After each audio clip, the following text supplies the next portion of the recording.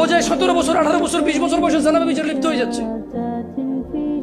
কিন্তু ও যদি আল্লাহকে ভয় পেত আর শারীরিক চাহিদার জন্য আল্লাহর কাছে বলতো, আল্লাহ আমাকে ধৈর্য দাও, আমি রোজা রাখতেছি, আমাকে সাহায্য করো, আমাকে তৌফিক দাও, আমাকে উত্তীর্ণ করো, বিবাহ পর্যন্ত আমাকে তৌফিক দাও, তাহলে আল্লাহ যিনি রহমান, যিনি ওদুদ প্রেমময়, তুমি আল্লাহর ভয়ে জানা বাদ দিলা, আল্লাহর কাছেই চাইলা, ধৈর্য আল্লাহর জন্যই ধরলা, আশা আল্লাহর কাছেই করো, তিনি কি তোমাকে ফিরাবে?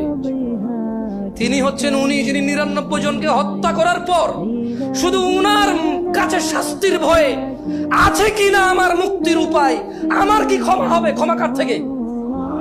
তাহলে ওই যে বনি ইসরায়েলের ঘটনা, ও 99টা মানুষকে মারার পর কার কাছে ক্ষমার জন্য? ক্ষমা হবে কিনা ব্যাকুল হয়ে গেছে। কার কাছের জন্য?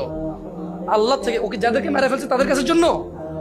ও তো টেনশন করতেছে যে আমাকে কি মাফ করবে কেউ, আল্লাহ কি আসে যে আমাকে মাফ করবে, বা আমার কি ক্ষমা হবে? 99টা মারার পরও কি ক্ষমা পাবো আমি? আল্লাহ কি ওর জন্য জমিনকে কাছে করে দেয় নাই? এই মাটি তুমি এক চুল নাড়তে পারবা? এই জমিন তুমি এক চুল নাড়তে পারবা?